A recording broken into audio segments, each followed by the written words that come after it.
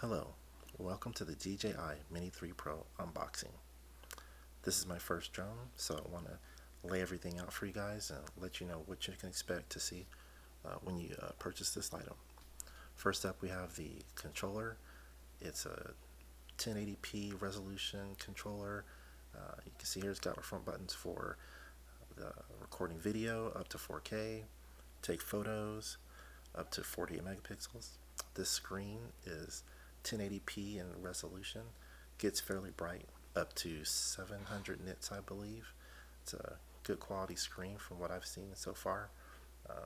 Two control sticks, you can see there. The control sticks are actually mounted in the back of the controller, which we'll go over a little bit later. Like I was saying, you can see where the actual control sticks mount.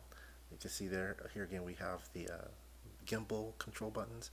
One is for zoom and this other is for the pitch or the angle of the gimbal, right below the recording the video. And this again is for taking photos. Pretty useful. Again, you also have these custom buttons which can be assigned to whatever you like, whether it's returning to level or going to portrait mode. It's got a bunch of different features. And here we have the front of the unit. Got the pause, return to home. That's the speed or control button, and then the power. And now we'll move on to the drone itself. It's got a protective cover. Comes with the kit. It's pretty light, lighter than I was expecting.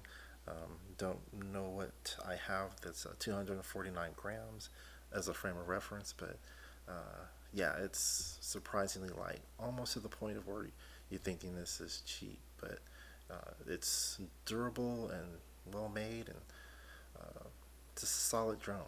You can see here, this is how you open the arms or legs on the unit. The front two fold out in a rotating manner, and the rears kind of just go out to the sides.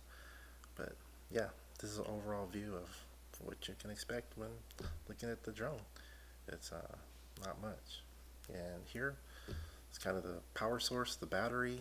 It's again pretty light. I think it's about 80 grams, but overall when installed, it's 249 to stay underneath that weight limit, so to speak, as far as not having to register the unit. But yeah, show you how the battery pretty much goes in, right side up, slides in with a solid click to it, and you're pretty much good to go. So that pretty much sums up the drone in its entirety, and we'll show you how to remove the cover here. It's pretty simple pop off. Again, it's to protect the gimbal. The gimbal actually does rotate to a portrait mode, which is a pretty cool feature. Not too many drones do that, so for that to be included on a drone of this price and size, it's a pretty cool feature.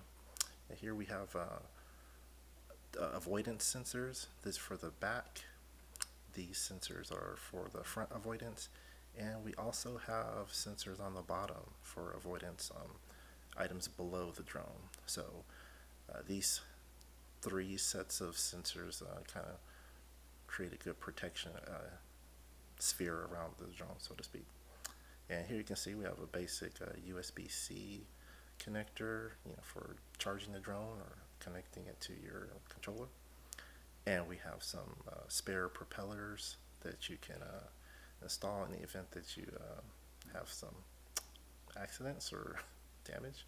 And lastly, this is the screwdriver that's used to affix those actual blades. So that pretty much sums everything up as far as what comes in the box. Now let's get to the B-roll of our first flight and at night.